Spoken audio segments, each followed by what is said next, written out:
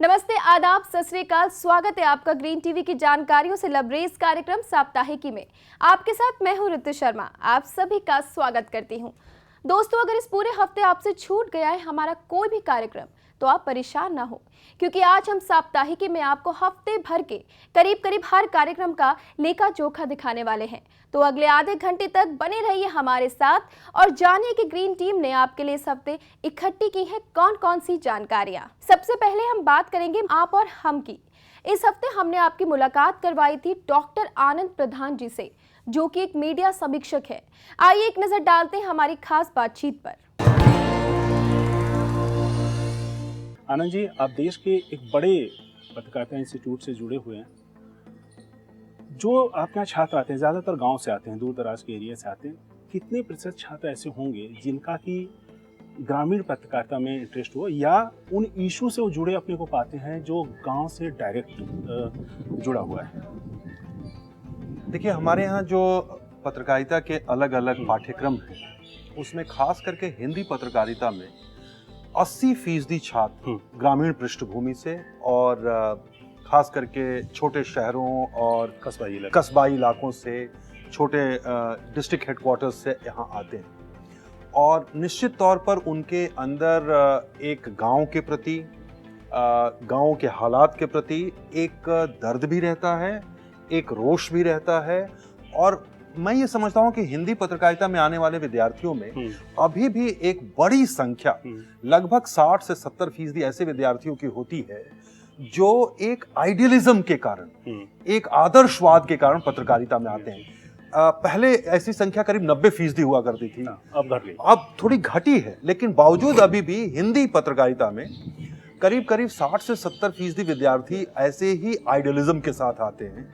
और उस आइडियलिज्म में जो आमतौर पर जब हम इंटरव्यूज करते हैं उनके एडमिशंस के लिए, तो आप पाएंगे कि 90% विद्यार्थी ये कहते हुए मिलेंगे कि हम पहले एक जो सवाल पूछते हैं कि क्यों आना चाहते हैं, तो वो कहते हैं हम बदलाव करना चाहते हैं, हम अपने गाँव में, अपने जो कृषि के क्षेत्र में ये मुद्दे नहीं उठाए जा रहे हैं उनको हम उठाना चाहते हैं, हम कुछ नया करना चाहते हैं, हम अपने लोगों की आवाज बनना चाहते हैं। ये कॉमन जवाब होते। और मैं समझता हूं कि उस केवल वो बनाने के लिए, कहने के लिए नहीं करते, उनका जज्बा होता है। एक सचमुच में एक वजह होती है। और जिस पृष्ठभूमि से वो आते हैं, जिस सामाजिक, आर्थिक, सांस्कृतिक पृष्ठभूमि से होते हैं, उनके अंदर सचमुच में वो एक दर्द होता है। बहुत सारे विद्यार्थी, उसमें करीब 40% विद्यार्थी तो सचमुच में किसानों के बेटे हैं। उनको जब वो इंडस्ट्री में जाते हैं तो वहां उसके लिए जगह नहीं रह जाती, और वो फिर एक आदर्शवाद एक तरह से टकराता है, जिसको हम कहते हैं यथार्थ से टकराता है। और फिर धीरे धीरे उनके अंदर भी बदलाव होता है। उनको लगता है कि यही रियलिटी है, इसी को हमें स्वीकार करना पड़ेगा। और धीरे धीरे फिर उनका भी संबंध कटने लगता है। एक वर्ड बोला जाता है कि ये प्रैक्टिकल हो रहे हैं। बिल्कुल। अब प्रैक्टिकल मतलब ये कि जो इशू हैं उसको आप कमर्शियलाइज करिए और भूल जाइए उन चीजों को जो ग्राउंड लेवल पे हैं। और एक तरह से फिर धीरे धीरे एक, जिनको हम कहते हैं, उनके अंदर खुद बदलाव लाने की, अगर न्यूज़ रूम में आपने काम करने लगे और एक खास तरह की खबरों से आप गुजरने लगे, आपको रोज ये बताया जाने लगा कि ये डाउन मार्केट, वो कहते हैं ये डाउन मार्केट खबर क्यों आप कर रहे हो, हमें अप मार्केट खबरें चाहिए जो अर्बन मिडिल क्लास को अपीच करती हों। तब जब आप धीरे धीरे करते रहते हैं, 5 साल, 7 साल, 8 साल बाद आपका खुद का मानस भी वही हो जाता है। आप भी उसी के पार्ट बन जाते हैं, आप भी फिर उसी तरह से सोचने लगते हैं, फिर ग्रो करते हैं। आगे बढ़ते हैं और अब बात करते हैं देश की वास्तविक बुनियाद की। जी हाँ, कृषि की बात। हमारे कार्यक्रम बातें खेती की। आजकल खेती करना बेहद महंगा होता जा रहा है, क्योंकि इसमें खाद, उर्वरक, पेस्टिसाइड, मशीनरी पर होने वाले खर्च ने खेती की लागत अधिक और मुनाफा कम कर दिया है। अगर ऐसे में जैविक खाद, उर्वरक, पेस्टिसाइड घर में खुद तैयार कर अगर हम खेती करते हैं तो इसमें कम लागत के साथ ही मुनाफा ज्यादा होता है। ऐसे में आइए नजर डालते हैं ऑर्गेनिक फार्मिंग पर और जानते हैं कि इसे कैसे, क्यों और कब करें। इसके साथ ही आपको बताते हैं औषधीय पौधे यूकेलिप्टस के पत्तों के फायदों के बारे में। आज का जो हमारा विषय है वो ये है कि यूकेलिप्टस एक औषधीय पौधा। इस संदर्भ में इसकी कुछ खास प्रजाति होती है जो प्रयोग में लाई जाती है।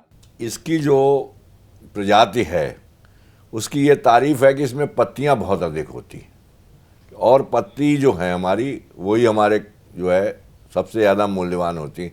लकड़ी से ज़्यादा पत्ती जो है कीमत रखती हैं, और उस जो प्रजाति है जी। उसको सिट्री ओडोरा के नाम से हम पुकारते हैं।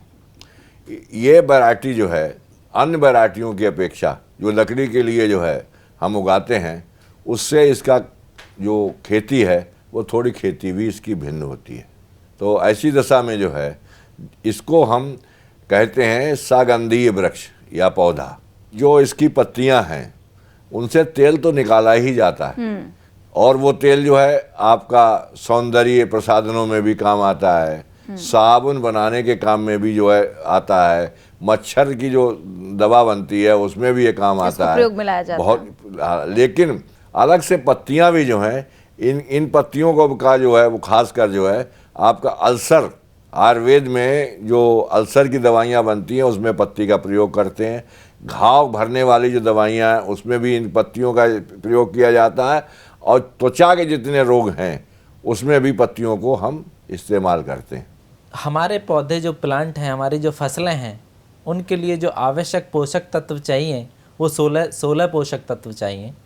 16 पोषक तत्वों में हमें 3 पोषक तत्व अपने वातावरण से मिल जाते हैं, कार्बन, हाइड्रोजन और ऑक्सीजन।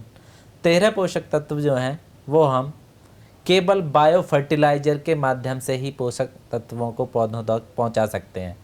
रासायनिक फर्टिलाइज़र के अंदर ये पोषक तत्व नहीं होते हैं। रासायनिक फर्टिलाइज़र में हमारे किसान भाई जो रासायनिक उर्वरक इस्तेमाल करते हैं उसमें नाइट्रोजन, पोटास और फास्फोरस और ज़्यादा से ज़्यादा जिंक वगैरह ये इस्तेमाल करते हैं। वरना और जो पोषक तत्व हमारे पौधे को चाहिए उनको किसान भाई जानते तक नहीं है, और जिससे इतनी मतलब लागत बढ़ जाती है और मुनाफा बहुत कम आता है। तो उस लागत को कम करने के लिए और मुनाफा अधिक करने के लिए हमें जैव उर्वरक का प्रयोग करना चाहिए। जैव उर्वरक में हम बातें करेंगे वैम। वैम एक ऐसा जैव उर्वरक है जो हमारी फसलों के लिए बहुत ही उपयोगी है। वैम का पूरा जो वे माइकोराइजा कहते हैं, इसका पूरा नाम है वेस्कुलर अर्बेस्कुलर माइकोराइजा। ये भी एक फंगस है जो हमारी मृदा में जो अनसोल्युबल रूप में न्यूट्रेंट पड़े होते हैं, पोषक तत्व होते हैं, उनको सोल्युबलाइज करके फसलों को देना।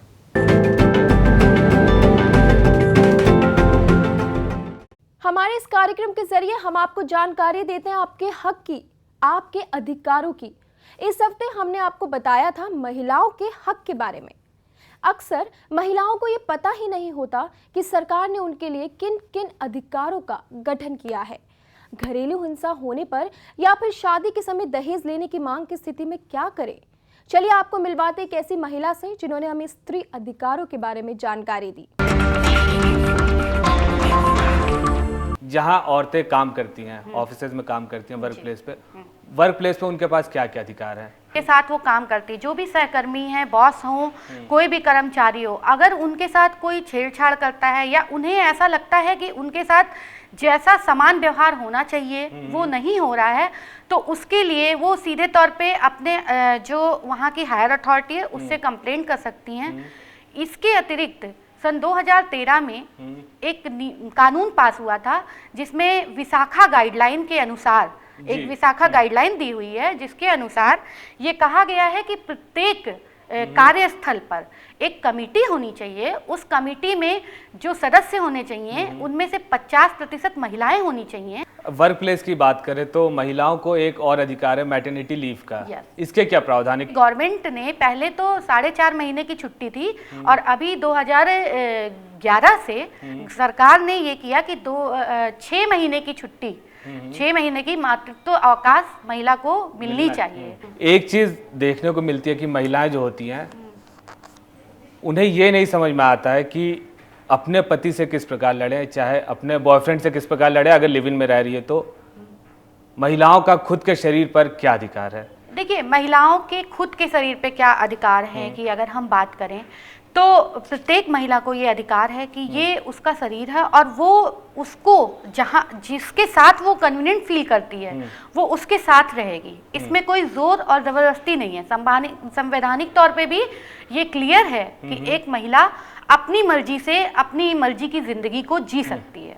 साथ ही अगर वो लिव इन में है तो क्योंकि लोग ऐसा सोचते हैं और कहते हैं कि सामाजिक तौर पे या कानूनी तौर पे उसको कोई मान्यता नहीं प्रदान है, लेकिन लिव इन रिलेशनशिप में भी लड़की के पास बहुत सारी चीज़ें होती हैं जहाँ पे जिस जगह पे आप रह रहे हैं, यदि उस जगह पे जिस सोसाइटी में आप रह रहे हैं उस जगह के लोग जानते हैं कि आप एक पति पत्नी की तरह से एक घर में एक छत के नीचे रह रहे हैं, रिलेशनशिप में हैं, तो वहाँ पे औरत के वही अधिकार होते हैं जो एक पत्नी के। जब रिलेशन ब्रेक होता है, जब रिश्ते से बाहर आते हैं, तो क्या लड़की मुआवजे के लिए मांग कर सकती है अपने पति, जो भी उसका लिव इन पार्टनर है? मैं आपसे अलग हो रही हूँ तो मुझे ये चीजें वो तो अपने अंडरस्टैंडिंग के ऊपर है कि दोनों मिलकर के किस तरीके से जो कॉम्प्रोमाइजेस करेंगे, बट एक लड़की को ये राइट है कि वो बात कर सकती है। यदि उस बीच में वो प्रेग्नेंट हो गई है तो उस चीज अगर वो बच्चा करती है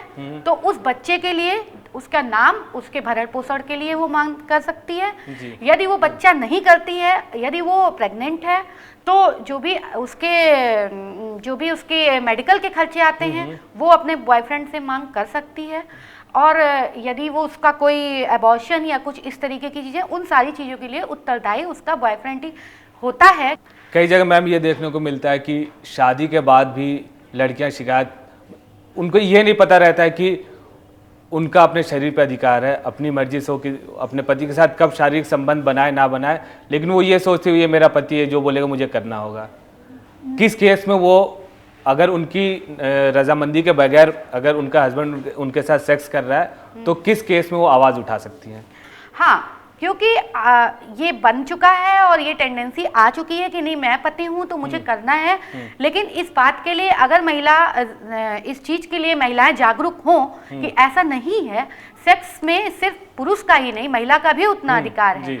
और यदि जिस समय वो चाहती है करना, वो उस समय ये भी एक दूसरा पहलू ये भी देखने में आता है कि महिलाओं को लाज और शर्म से जोड़ा जाता है और ये कहा जाता है कि भाई सेक्स के लिए पहल करना पुरुषों का ही काम है। तो ऐसा नहीं है, पहल करना भी महिलाओं के हक में है। चलिए अब नजर डालते हैं हमारी डायरी पर, जिसमें आपको देश की कृषि, ग्रामीण विकास, स्वास्थ्य और पर्यावरण से जुड़ी तमाम हलचलों से रूबरू करवाते हैं। हमारी कोशिश रहती है कि आपको आसपास की सभी खबरों के साथ अपडेट रखें। और इस हफ्ते हमने आपको बताया था कि दिल्ली में कहां बनेंगी 4 नई सब्जी मंडियां। इसके साथ ही बासमती चावल के निर्यात के बारे में और भी बहुत कुछ, आइए डालते हैं एक नजर। अब केंद्र सरकार देश की जनता के लिए कुछ हटकर काम करना चाहती है। अब उन लोगों को पहचान दिलाने के लिए सरकार काम करेगी जिनके समाज में कोई पहचान नहीं है। दरअसल एक नई पहल के तहत कचरा चुनने वालों को अब सरकार सम्मानित करेगी। केंद्र सरकार ने भारत को साफ बनाने के काम में जुटे ऐसे लोगों को राष्ट्रीय अवार्ड देने का फैसला लिया है। पर्यावरण मंत्री प्रकाश जावड़ेकर ने कहा है कि देश में लाखों कचरा बीनने वाले हैं जो देश की सेवा कर रहे हैं, पर हमारा समाज उनकी अनदेखी करता है। लेकिन अब मंत्रालय देश के 3 सबसे बेहतर कचरा बीनने वालों को 1.5 लाख रुपए के साथ राष्ट्रीय अवार्ड से सम्मानित करेगी। अब दिल्ली सरकार लोगों तक ताज़ा सब्जियां और फल को पहुंचाने के लिए अच्छी शुरुआत करने जा रही है। सरकार के इस पहल से दिल्ली के लोगों को एक साथ 2 फायदा होगा। एक तरफ उन्हें कम दाम पर सब्जियां मिलेंगी, तो वहीं दूसरी तरफ लोगों को ताज़ा सब्जियां भी मिल सकेंगी। साथ ही किसानों को अपनी फसल बेचने के लिए नए बाजार मिल जाएंगे। ये 4 प्रमुख थोक बाजार मंगोलपुरी, नसीरपुर, ओखला और टिगरी खानपुर इलाकों में बनाए जाएंगे। इस समय आजादपुर, गाजीपुर और ओखला में सब्जियों के 3 प्रमुख थोक बाजार हैं। सरकार जल्द ही दिल्ली विकास प्राधिकरण इस बाजार के लिए जमीन मांगेगी। लंबे अंतराल के बाद आखिरकार बासमती चावल के निर्यात में बढ़ोतरी दर्ज की गई है। बासमती चावल का निर्यात बीते 1 साल में पहली बार बढ़ा है। वाणिज्य मंत्रालय के सूत्रों की माने तो चालू वित्त वर्ष में पहले 2 महीने में बासमती के निर्यात में 25.4% बढ़ोतरी दर्ज की गई है। इस दौरान 7.80 लाख टन बासमती चावल का निर्यात हुआ है, जबकि पिछले साल में 6.22 लाख टन चावल का निर्यात हुआ था। इस साल एक्सपोर्ट की मांग में हुई बढ़ोतरी की वजह से हाजिर बाजार में बासमती की कीमतों में जोरदार उछाल देखने को मिला है। झारखंड सरकार की नई फसल से छोटे किसानों और मजदूरों को बड़ी सौगात मिली है। अब राज्य के छोटे किसानों का दुर्घटना बीमा सरकार मुफ्त में करेगी। इस योजना के तहत खासकर उन लोगों की मदद की जाएगी जिनके पास कम जमीन है या बिल्कुल नहीं है, या फिर वो मनरेगा और खेतीहर मजदूर है। इस योजना के तहत राज्य सरकार हर व्यक्ति पर 12 रुपए सालाना खर्च करेगी। इसके साथ साथ रिक्शा चालकों, ठेला वालों को भी ये सुविधा दी जाएगी। इससे लोगों को सामाजिक सुरक्षा मिल पाएगी। सरकार की इस पहल से राज्य के किसानों को काफी फायदा होगा। झारखंड सरकार की इस पहल से किसानों और मजदूरों में भी खुशी है। मोबाइल फोन अब सिर्फ बातों और संदेश पहुंचाने तक सीमित नहीं है। अब मोबाइल की मदद कई क्षेत्रों में होने लगा है। मोबाइल की बढ़ती उपयोगिता को देखते हुए पंजाब सरकार किसानों के लिए एक मोबाइल एप्लीकेशन शुरू करने की तैयारी में जुटी है।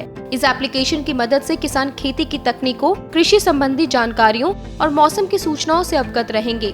साथ ही किसानों को नए ऐप से फसलों की बुआई की आधुनिक तकनीकों, उर्वरक के सही प्रकार और उपलब्धता, खरपतवार नाशक, कीटनाशकों और मौसम के पूर्वानुमान संबंधी खेती से जुड़ी हर जानकारी मिल सकेगी।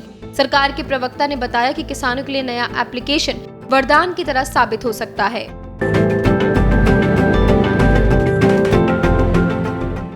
देश डायरी के बाद अब बात कर लेते हैं नकदी फसलों की। इस कार्यक्रम में हम जिक्र करते हैं उन फसलों का जिनसे जुड़कर आप कम लागत में कमा सकते हैं ढेरों मुनाफा। इस हफ्ते हमने आपको बताया था मोगरा फूल के बारे में और जाना कि मोगरे की खेती से किसान साल के 90 दिनों में हर रोज 6000 की आमदनी कैसे कमा सकते हैं। तो ये बताइए कि कैसे इसकी खेती की जा सकती है, क्या इसके बीज लगते हैं या फिर हम इसके सीडलिंग लगाते हैं, किस तरीके से करते हैं? इसकी जो है कलम काट करके वर्षा ऋतु में आजकल के टाइम में ही जो है नर्सरी में लगाई जाती है। जब उसमें तकरीबन 2 महीने में जड़ निकल आती है ना, तो उसके बाद सितंबर अगस्त में इसको खेत के अंदर लगाते हैं और उसको पानी वगैरह सिंचाई लगातार करनी पड़ती है। और ये 2 बाई 2 मीटर पे तकरीबन ये पौधा लगता है। आपने मुझे बताया कि आप 20 से 25 साल हो गए इसकी खेती आपको करते हुए, तो आपने एक लंबा दौर देखा है। तो आपको क्या लगता है इस फूल की जो डिमांड है मार्केट में वो अभी भी उतनी बनी हुई है, बढ़ी है, घटी है, क्या हुआ है? इसकी लगातार जो है सेम प्राइस चला हुआ है। सेम प्राइस चल रहा है? जी। जितनी महंगाई बढ़ती है उसके हिसाब से इसका भाव जो है बढ़ता रहता है। ये नहीं है कि एकदम से ज़्यादा महंगा हो जाता है या बिल्कुल सस्ता हो जाता है। जिस हिसाब से मार्केट के अंदर महंगाई हर साल दर साल जो है हो रही है, तो इसकी उस हिसाब से मार्केट रेट हमें मिल रहे हैं। अच्छा, जैसे आप मुझे बताइए, आपने बताया था कि इसकी कलम लगती है। कलम लगाने के बाद अगर कोई किसान ये सोचे कि 3 महीने में उसकी जो फसल है वो तैयार हो जाएगी, 3 महीने बाद फूल आने लग जाएंगे। कई बार फूलों की जो खेती है उसमें आमतौर पर यही होता है कि 3 से 4 महीने बाद फूल आ जाते हैं। तो क्या जैस्मिन के साथ भी ऐसा है या कितना टाइम लगता है फूल आने में? जैस्मिन में ऐसा नहीं है जैसा कि जो गेंदा वगैरह की खेती में है, क्योंकि वो सिंगल टाइम की होती है, लाइफ उनकी सिंगल एक ही सीजन की होती है। इसकी लाइफ नहीं है, ये तो बहुत लाइफ है। एक बार लगा दिया आप 50, 60 साल, 100 साल तक भी जो है कटिंग करते रहो, चलता रहेगा। तो इसमें जब किसान भाई शुरू में लगाते हैं थोड़ा उनको संयम बरतना पड़ेगा और 1 साल के बाद ये थोड़ा थोड़ा फ्लावर देना शुरू करता है और जो है इसकी अच्छी पैदावार जो है 3 साल बाद जो किसान को मिलनी शुरू होती है। तब तक थोड़ा जो है उसको धैर्य और संयम बरतना पड़ता है और उसमें लागत भी लगानी पड़ती है, नराई गुडाई वगैरह करानी पड़ती है, खरपतवार निकालना पड़ता है, पानी देना पड़ता है, फर्टिलाइज़र भी डालने पड़ते हैं। तो शुरुआत में जो है इसमें 1 से 1.5 लाख रुपए का उसका 3 साल के अंदर खर्चा एक बार आएगा। बाकी उसके बाद उसको चिंता करने की ज़रूरत नहीं है, वो उसको फिर आमदनी मिलनी है, लागत उसके अंदर जो कम रहती है, कम आती है। यानी कि किसान बड़े आराम से इसकी खेती कर सकते हैं। एक बार आप फसल लगाइए, आपको दोबारा फसल भी नहीं लगानी है। ये एक लंबे टाइम तक चलने वाली फसल है। जी बिल्कुल, लंबे टाइम तक है, इसकी अच्छी लाइफ है। जैस्मिन लगाने के 1 साल बाद इसमें फूल आने शुरू हो जाते हैं, लेकिन जो अच्छी पैदावार होती है फूलों की वो 3 साल बाद शुरू 3 साल बाद शुरू होती है। उसके बाद जो उसको अप्रैल से लेकर के जुलाई तक प्रतिदिन उसकी आमदनी पक्की है। 4 महीने तक उसकी 1,000 रुपये से 4-5 हज़ार रुपये तक प्रतिदिन उसको, अगर 1 एकड़ में उसने लगाया हुआ है तो आ जाती है उसकी पैदावार। अच्छा, तो जैसे अभी आपने 1 एकड़ में लगाया हुआ है और ये जो सीज़न है ये हम देख रहे हैं छोटी छोटी कलियाँ आ रही हैं, ये सीज़न जो है ये फूल आने का ही है। तो डेली की बात करें तो डेली आपका कितना निकलता है फूल इसमें? डेली जो है अब जुलाई का जो महीना होता है, अभी ये लास्ट महीना इसका पैदावार का होता है, तो जुलाई के महीने में आज के दिन भी जो है 50 किलो से 60 किलो जो है प्रतिदिन निकल रहा है। 50 से 60 किलो 1 एकड़ में? 1 एकड़ में निकल रहा है और तकरीबन भाव वही 80 रुपये से 100 रुपये किलो का आज के दिन जो चला हुआ है। तो जिस टाइम पे ये 50-60 किलो निकलता है प्रतिदिन, तो उस टाइम तकरीबन यही औसत भाव रहता है 100 से 120 रुपये का। जब इसकी पैदावार आमदनी जो है आपकी वो 6,000 के लगभग है। हाँ, 5 से 6,000 रुपये का प्रतिदिन ये बिक जाता है। अब बात करते हैं आपकी सेहत से जुड़ी हुई। हमारे इस कार्यक्रम में हम आपको हर बीमारी की पूरी जानकारी देते हैं उपचार के साथ ही एक्सपर्ट डॉक्टर से भी मिलवाते हैं। आरोग्य में इस हफ्ते हमने बात की थी निमोनिया की। कई बार ऐसा होता है कि जानकारी के अभाव में आप कई महत्वपूर्ण बातों से अवगत नहीं हो पाते और ग्रामीण इलाकों में इस बीमारी को लेकर लोग ज्यादा सचेत नहीं हैं।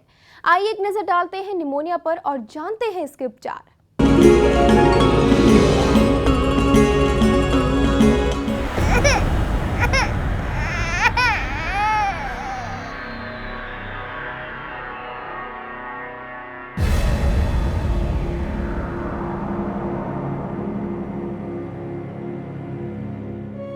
हमारे देश में निमोनिया के चौंकाने वाले आंकड़े हैं। वर्ल्ड हेल्थ ऑर्गेनाइजेशन के मुताबिक निमोनिया से जितने बच्चे हर साल दुनिया में मरते हैं, उनमें से 20% बच्चे भारत के होते हैं। यानी दुनिया भर में निमोनिया से मरने वाले हर 5 बच्चों में से 1 बच्चा हिंदुस्तानी होता है। इसकी बड़ी वजह है पोषण और जागरूकता की कमी। भारत में 45% बच्चों में पोषण की कमी है। उन्हें निमोनिया का बैक्टीरिया जल्द ही अपने शिकंजे में ले सकता है। बीमारी के बारे में जानकारी की कमी होने की वजह से पिछड़े और ग्रामीण इलाकों में निमोनिया को अक्सर बुखार समझकर उसका उपचार घर पर ही किया जाता है। पहचान में देरी और अच्छी स्वास्थ्य सेवाएं उपलब्ध ना होने की वजह से इलाज सही ढंग से नहीं हो पाता। निमोनिया का वैक्सीन होने के बावजूद भी भारत में वैक्सीनेशन की दर महज 50% है। यानी देश के आधे बच्चों को वैक्सीन दी ही नहीं जाती। किसी भी बीमारी से हमारे देश में इतनी मौतें नहीं होती जितनी निमोनिया से होती हैं। एड्स, मलेरिया और मीजल्स से सालाना मरने वाले कुल बच्चों की तादाद भी निमोनिया का शिकार होने वाले बच्चों से कम है। साफ है कि भारत में मामूली माने जाने वाली इस जानलेवा बीमारी के खतरे से अब सबको सचेत होना पड़ेगा। निमोनिया एक प्रकार का संक्रमण है। निमोनिया को फुफ्फुसशोथ भी कहा जाता है। हवा में मौजूद अल्वियोली नामक बैक्टीरिया सांस के माध्यम से फेफड़ों में पहुंच जाते हैं। कई बार निमोनिया की वजह से लंग संक्रमित हो जाता है।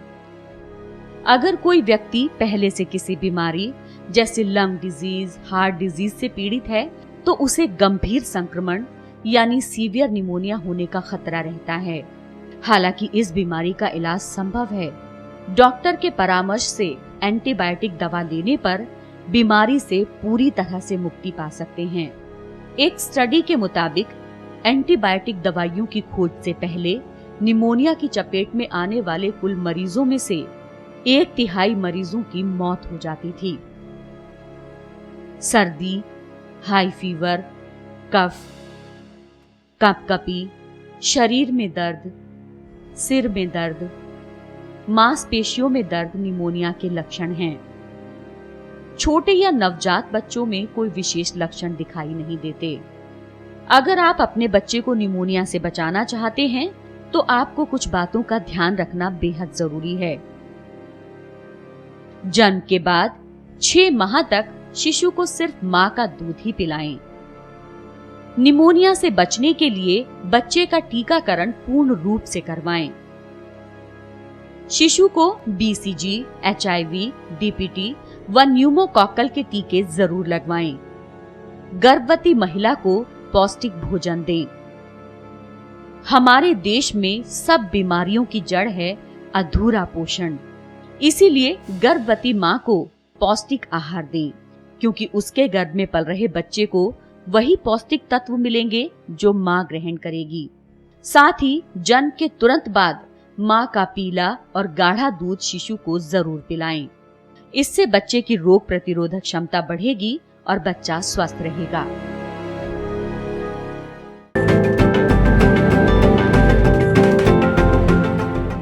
स्वस्थ शरीर के साथ साथ हमारा दिमाग भी स्वस्थ रहना बेहद आवश्यक है। तो चलिए अब थोड़ा रिलैक्सिंग मूड में आ जाइए और इन सब से हट के आपको लेकर चलते हैं अपने म्यूजिकल ग्राउंड की ओर। इस हफ्ते हमारे स्टूडियो में आए मिक्स वेज बैंड। नाम से कंफ्यूज मत होइए, क्योंकि जब ये गाना शुरू करते हैं तो अच्छों को चौंका देते हैं। शुरुआत करते हैं आपके पहले किसी ऐसे सॉन्ग से जो मिक्स वेज की पूरी एक झलक दिखाता। हमारे पहले सॉन्ग से जी, हमारी पहली ओसी।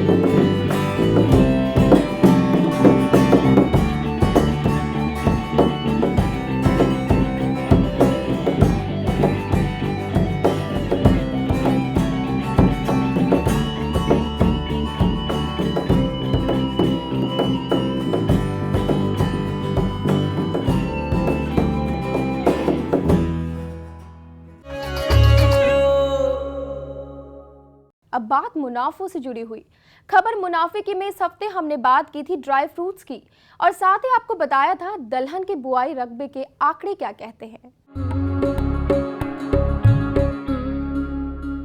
जो अतिरिक्त राज्य हैं जिनमें भी दलहन की खेती अच्छी मात्रा में होती है, वहाँ पे भी हमने देखा है कि जो बुआई क्षेत्रफल है उसमें जोरदार तेजी देखने को मिली है। बिल्कुल। साथ ही साथ अगर हम दोनों आंध्र प्रदेश और तेलंगाना राज्य की बात करें तो तकरीबन 29 जून तक 2.41 लाख हेक्टेयर में दलहन की खेती दर्ज की गई है, जो कि पिछले साल के मुकाबले अगर हम बात करें तो तकरीबन 174% ज़्यादा है दोनों राज्यों की मिला के, आंध्र प्रदेश और तेलंगाना की। और साथ ही साथ अगर हम पिछले साल 29 जून तक की बात करें तो दोनों राज्यों में सिर्फ 88,000 हेक्टेयर दलहन की फसल की गई थी, जो कि इस साल बढ़ के 2.41 लाख हेक्टेयर हो चुकी है। बिल्कुल अवैध जी, जिस तरह से हमने देखा है कि सभी दलहन, चाहे वो मूंग हो या फिर तुअर हो या फिर उड़द हो या फिर वो अन्य दालें हों, अगर हम आंध्र प्रदेश और तेलंगाना की बात करते हैं तो मैं सभी दलहन वाइज आपसे पूछना चाहूँगी कि अब तक तुअर की जो आंकड़े निकल कर आए हैं वो 2014 के मुकाबले 15 में क्या कहते हैं, और साथ ही अगर हम मूंग उड़द या अन्य दालों की बात करते हैं तो 2014 के मुकाबले 15 में किस तरह के आंकड़े निकल कर आए हैं। जी, अगर हम आंध्र प्रदेश और तेलंगाना राज्य की बात करें 29 जून तक, तो तकरीबन जो दलहनों में जो तुअर की बुआई थी वो तकरीबन 2015 की अगर हम बात करें तो 1,44,000 आंकड़े जो हेक्टेयर का जो आंकड़ा था उसमें हुई थी, और साथ ही साथ जो 2014 के जो आंकड़े थे वो तकरीबन 70,000 थे। तो ये जो आंकड़ा है तकरीबन 105 लगभग 105% का फर्क है। और साथ ही साथ दलहन में जो मूंग का जो आंकड़ा है वो भी इस साल आंध्र प्रदेश और तेलंगाना में तकरीबन 75,400 का है, और साथ ही साथ अगर 2014 की बात करें तो यही जो आंकड़ा था 13,000 का था। तो इसमें भी तकरीबन बम्पर उछाल, तकरीबन 5 गुना ज़्यादा उछाल, 480% उछाल हमें देखने को मिला है। कोई भी सरकार होती है को व्यवस्था देने के लिए होती है ताकि पूरे समाज की जो व्यवस्था है वो ठीक ठाक चले, और मैं इस बात को भी हम किसानों में काम करते हैं और किसानों के हित की बात करते हैं, वास्तव में हम देश के हित की बात करते हैं। लेकिन सरकार सरकार जब कोई भी निर्णय लेती है तो उसमें कहीं ना कहीं राजनीति का थोड़ा थोड़ा अंश रह जाता है जी। क्योंकि वो चाहते हैं कि हम अपनी राजनीतिक जो मंशाएं हैं वो पूरी भी करें और ऐसा एक वो भी जाए कि हम किसान हितैषी हैं या व्यापारी हितैषी हैं, ऐसा एक मामला भी जाए। और मैं ये मानता हूं कि जब तक किसान और व्यापारी और मजदूर ये तीनों मिलकर के काम करने वाले लोग हैं, हम खेत में फसल पैदा करते हैं जी। और वो फसल को दूसरा जो प्लेटफॉर्म है वो मंडी है, बिल्कुल। यानी अगर उस मंडी में जाकर के एक अच्छा वातावरण और हाथ फैला करके वो लोग आइए जी बोले तो वहां पर क्या होता है कि हमारी जो थकन है वो उतर जाती है। बिल्कुल। तो कहीं ना कहीं इसमें ये बात आ जाती है कि जो व्यापारी है उसको आपने फाउंडेशन खड़ी कर दी और वो क्या करेगा किसान के साथ, जब उसको बता दिया कि सरकार ने कह दिया कि ये स्टॉक आपको 25 क्विंटल का रखना, बाद में बढ़ा दिया था उन्होंने, बिल्कुल। तो उन्होंने बता दिया कि ये इतना स्टॉक है, तो वो बोलेगा कि भैया हमारा तो स्टॉक पूरा हो गया है, बिल्कुल, और मैं तो आपका माल नहीं ले सकता। बिल्कुल। तो इस समय क्या होगा कि जो किसान है उसकी हालत ऐसी हो जाएगी क्योंकि घर से तो वो निकल लिया,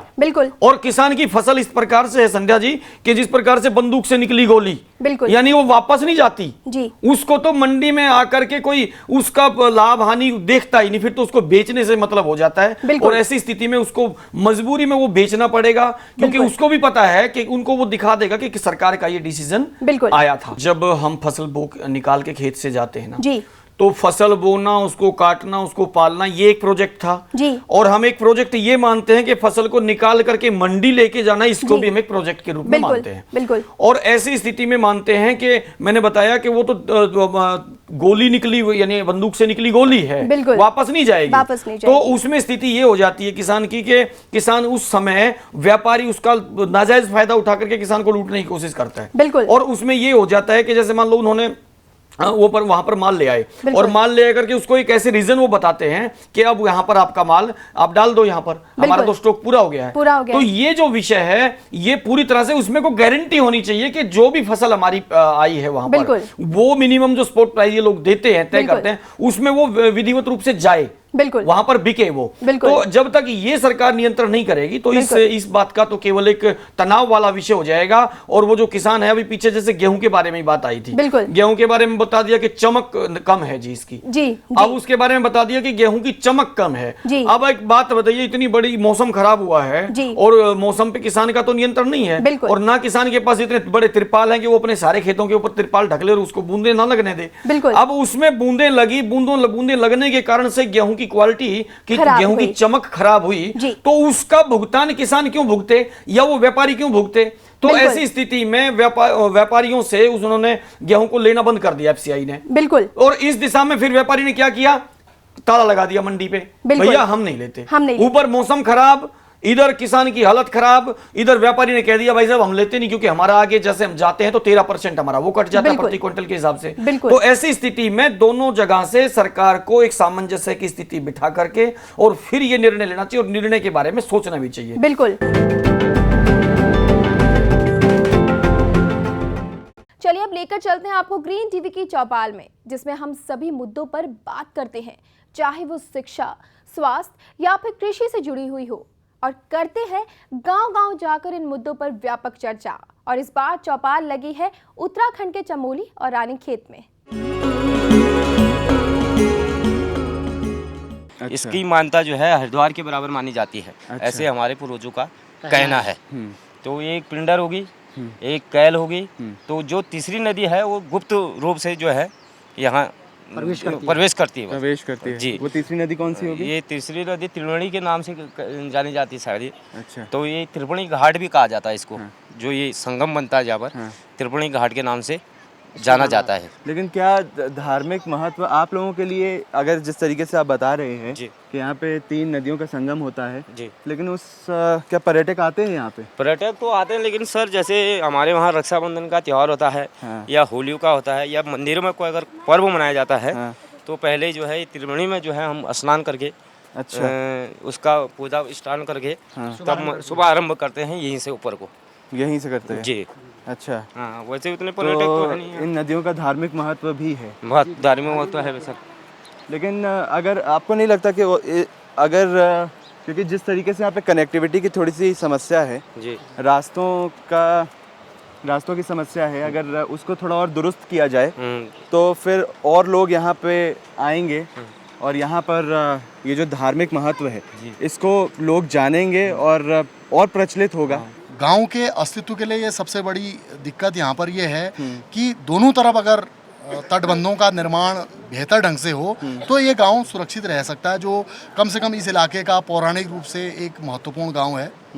दूसरी बात, यहाँ पर जो एग्रीकल्चर लैंड है उस आपदा के बाद से एग्रीकल्चर लैंड का भी काफ़ी पैमाने पर नुकसान हुआ और यहाँ पर जो ये हमारा सामने जो लैंड है एग्रीकल्चर लैंड है तो इसको करने के लिए, कारगुजारी करने के लिए, खाद वगैरह, गोबर वगैरह जो हमारी बहनें हैं वो ढोने के लिए कम से कम 3-4 किलोमीटर का घूम करके वहाँ जाना पड़ता है। तो आपके खेतों को गांव से जोड़ने के लिए कोई बीच में कोई पुल नहीं। रोजगार के सवाल पर उत्तराखंड राज्य की लड़ाई यहाँ के लोगों ने भी लड़ी, लेकिन आज राज्य बने 15 साल हो गए लेकिन हालात बिल्कुल जस के तस हैं। आज भी हमारे इस गांव की 50% आबादी शिक्षा और रोजगार के लिए दिल्ली, बॉम्बे, सहारनपुर तमाम प्लेन की तरफ पलायन किए हुए हैं। जो यहाँ रहे हैं वो इसलिए नहीं रहे हैं कि वो गांव को बहुत प्यार करते हैं प्यार, लेकिन मुख्य बात जो है अपनी अर्थहीनता के कारण, क्योंकि आर्थिक रूप से कमजोर है। जो आर्थिक रूप से कमजोर है वो गांव में हजारों चीड़ के पेड़ जंगल में गिरे पड़े हैं, लेकिन किसी सरकार का ध्यान ये नहीं जा रहा है कि ये लकड़ी सड़ने से बचा के इसकी कुछ इमारती उसको उपयोग में लाया जा सके। तो हम पहले से ये कहते आ रहे हैं कि यहाँ पर वनों आधारित, फलों आधारित, कृषि आधारित अगर आप उद्योग धंधे लगाते, आज भी उत्तराखंड के 3 जनपदों को अगर छोड़ दिया जाए, उधम सिंह नगर, हरिद्वार और देहरादून, रेस्ट बाकी 13 जनपद उद्योग भी हैं, लेकिन सरकार की कान में जू नहीं रखता। अब बात पशुपालन से जुड़ी हुई। कोई बात नहीं, अगर आप इस कार्यक्रम को देख नहीं पाए तो आइए आपको बहुत कम समय में बताते हैं पशुपालन से जुड़ी कुछ महत्वपूर्ण जानकारी, जिसमें इस हफ्ते हमने आपको बताया था हरे चारे के बारे में। तो आइए जानते हैं।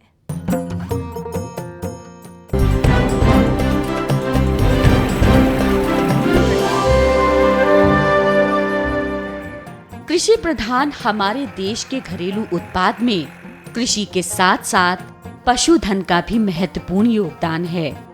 पशुधन भारत की अर्थव्यवस्था में एक महत्वपूर्ण भूमिका निभाता है, क्योंकि देश की ग्रामीण जनसंख्या इस पर पूरी तरह से आश्रित है और उनकी आजीविका का ये एक मुख्य स्रोत है।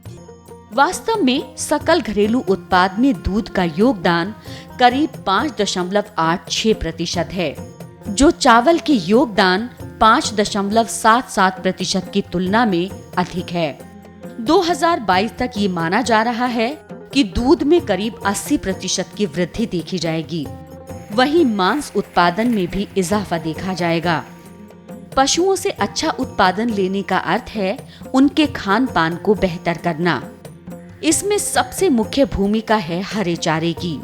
देश के कई अहम संस्थानों में चारे पर लगातार काम किया जा रहा है कि हरे चारे की गुणवत्ता के साथ साथ उसमें और बेहतर पोषक तत्वों को किस प्रकार बढ़ाया जाए। NDRI के अंतर्गत हरे चारे पर काफी बड़े पैमाने पर काम किया जा रहा है। यहाँ पर 3-4 परियोजनाओं पर मुख्य तौर से काम किया जा रहा है। मक्के की विभिन्न सस्य क्रियाओं का निर्धारण करना, साथ ही ज्वार की 12 किस्में भी यहाँ पर लगाई गई हैं। पशुओं से दूध उत्पादन बेहतर हो, इसके लिए जरूरी है कि हरे चारे का प्रबंध सही तरह से किया जाए। पशुओं पर सबसे ज्यादा करीब 65 से 70% खर्चा अकेले सिर्फ खान पान पर होता है। हरा चारा एक ऐसा साधन है जिससे बाकी खान पान के खर्चों को कम किया जा सकता है। तो हम फसल चक्कर को इस प्रकार व्यवस्थित करें कि चारे की उपलब्धता वर्ष भर बनी रहे, जिससे कि जो फीडिंग का जो 65 से 70% अपना जो खर्चा है उसको कम किया जा सके। और चूंकि हरा चारा एक सबसे सस्ता साधन है, अनुसंधान से ये सिद्ध हो चुका है कि हरा चारा फीडिंग के अंदर सबसे सस्ता साधन है। उसको उपयोग करके हम हमारा दुग्ध उत्पादन भी बढ़ा सकते हैं और चारे के खर्चे को भी, फीडिंग के खर्चे को भी कम कर सकते हैं। देश के अलग अलग संस्थानों द्वारा ये प्रयास किया जा रहा है कि हरे चारे की उपलब्धता वर्ष भर बनी रहे। इसके लिए ज्यादा मात्रा में चारा उपलब्ध होने पर उनके संरक्षण पर भी काफी जोर दिया जा रहा है, ताकि किसी भी तरह की आपात स्थिति में किसान हर तरह की समस्या से जूझने के लिए पहले से ही तैयार रहें।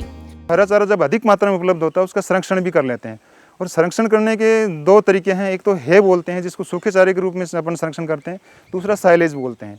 हे का उपयोग उन क्षेत्रों में ज़्यादा किया जाता है जहाँ पर वातावरण शुष्क हो, क्योंकि हे बनाने के लिए शुष्क वातावरण की आवश्यकता पड़ती है। और जैसे अपन करनाल का एरिया है हरियाणा का, जहाँ पर ह्यूमिडिटी थोड़ी ज़्यादा रहती है, नमी वातावरण में ज़्यादा रहती है, वहाँ पर हे बनाना मुश्किल होता है, तो वहाँ साइलेज ज़्यादा वरीयता दी जाती है, साइलेज को ज़्यादा बनाना उत्तम रहता है।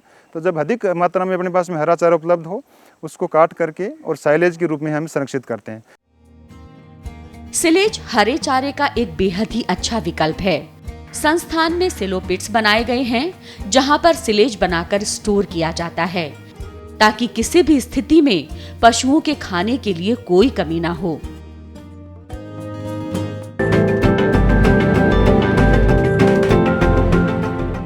अब हम बात करते हैं अपने कार्यक्रम एक दिन जिंदगी की, जिसमें हम बताते हैं एक ऐसे शख्स की कहानी जिसने खुद को भुलाकर देश हित में अपना अहम योगदान दिया हो और उनका काम बाकी समाज के लिए प्रेरणा का सबब हो। और इस हफ्ते हमने आपको मिलवाया था एक ऐसे ही शख्स से जिसने अपने लिए ना सोचकर दूसरों की भलाई करने का सोचा। वो है तो पेशे से डॉक्टर, लेकिन वो इसी पेशे के जरिए उन लोगों के लिए काम कर रहे हैं जो लोग उन्हें पहचानते तक नहीं।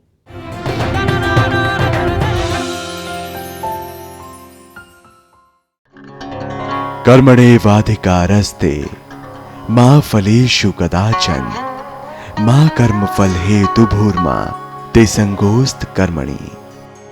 तेरा कर्म करने का ही अधिकार है, उसके फलों में कभी नहीं। इसलिए तू फल की दृष्टि से कर्म मत कर और ना ही ऐसा सोच कि फल की आशा के बिना कर्म क्यों करूं। आज के समय में अगर कर्म की बात करें तो लोगों का ध्यान कर्म से ज्यादा फल की प्राप्ति पर होता है। लेकिन आज के कलयुग में भी कुछ लोग ऐसे हैं जो फल की इच्छा किए बिना कर्म करते हैं और वो हर दिन एक नई सोच, एक नई उमंग के साथ आगे बढ़ते हैं और लोगों की सेवा करते हैं। मेरा नाम डॉक्टर आकाशदीप है। मैं पिछले कई सालों से ऐसे लोगों की सेवा में कार्यरत हूं जो मुझे पहचानते तक नहीं। ये करीब पिछले 15 साल से चिकित्सा केंद्र मेरा चल रहा है और करीब पिछले 4 या 5 साल पहले की घटना है। एक ऐसे रोगी मेरे पास इलाज के लिए आया, उसका नाम नेहा है और वो करीब 28 साल की लड़की थी और उसको एक रोग था जिसका वो कहते हैं कि non healing ulcers, varicose ulcer. उसके दोनों पैरों में बहुत बड़े बड़े जख्म, घाव थे, जिसमें इतने बड़े घाव थे कि उसकी हड्डियां तक विजिबल थी। उसकी ऐसी परिस्थिति रही कि उसको उसी दौरान थायराइड भी, और वो डाइवोर्सी थी, उसकी एक छोटी सी बच्ची करीब 5 साल की, पैसों की भी समस्या। तो ये सारी दिक्कतें देखते हुए उसका इलाज शुरू किया। पैसों की जब बात आई तो मेरे कुछ यार दोस्त हैं, उन्होंने कहा कि नहीं डॉक्टर साहब चिंता मत करो, जो भी इलाज में खर्चा हो वो हम देंगे। ये ऐसी घटना ऐसी घटी कि जब लगा कि नहीं समाज के लिए भी कुछ करना चाहिए, अपना तो हम सब कर ही रहे हैं। तो धीरे धीरे फिर मैंने ये अपना ये एडमिशन वाला जो है ये शुरू किया। क्या नाम नाम नाम राधा देवी, आगरा से आई हुई हैं। ठीक हो? हाँ जी, नमस्कार जी। ठीक हो? नहीं मैंने नहीं खानी जी, आप खाओ, रोटी है खाओ, खाना खा लीजिए। सेवा के इसी शौक के कारण मुझे एक और अपॉर्चुनिटी मिली दीप हॉस्पिटल से जुड़ने के लिए, जहाँ पर एक और इस तरह का चैरिटेबल निस्वार्थ हमने चिकित्सालय शुरू किया है। आइए हम आपको वहाँ लेके चलते हैं।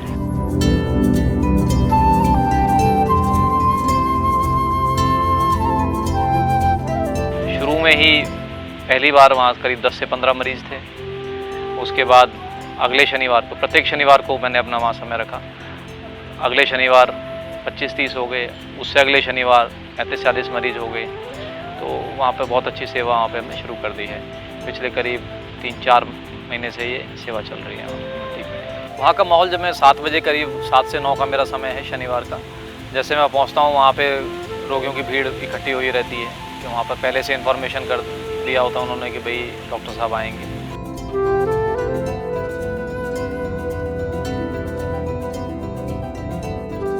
आई एम श्योर जो भी मैंने आज आपको इस कार्यक्रम के माध्यम से दिखाया वो आपके लिए बेहद फायदेमंद होगा। तो अगर आप कभी भी कोई भी प्रोग्राम मिस कर देते हैं और उसके बाद अफसोस करते हैं, तो अब आपको अफसोस करने की जरूरत नहीं है। आप इस कार्यक्रम के जरिए पूरे हफ्ते का जायजा बेहद कम समय में ले सकते हैं और जान सकते हैं बहुत कुछ जो आपके लिए बेहद फायदेमंद और मनोरंजक है। तो दोस्तों, आज के लिए बस इतना ही। अब वक्त आ गया है आपसे विदा लेने का। अगले हफ्ते हम फिर मिलेंगे इसी समय इसी चैनल पर। तब तक के लिए रखिए अपना ख्याल और मुस्कुराते रहिए। नमस्ते।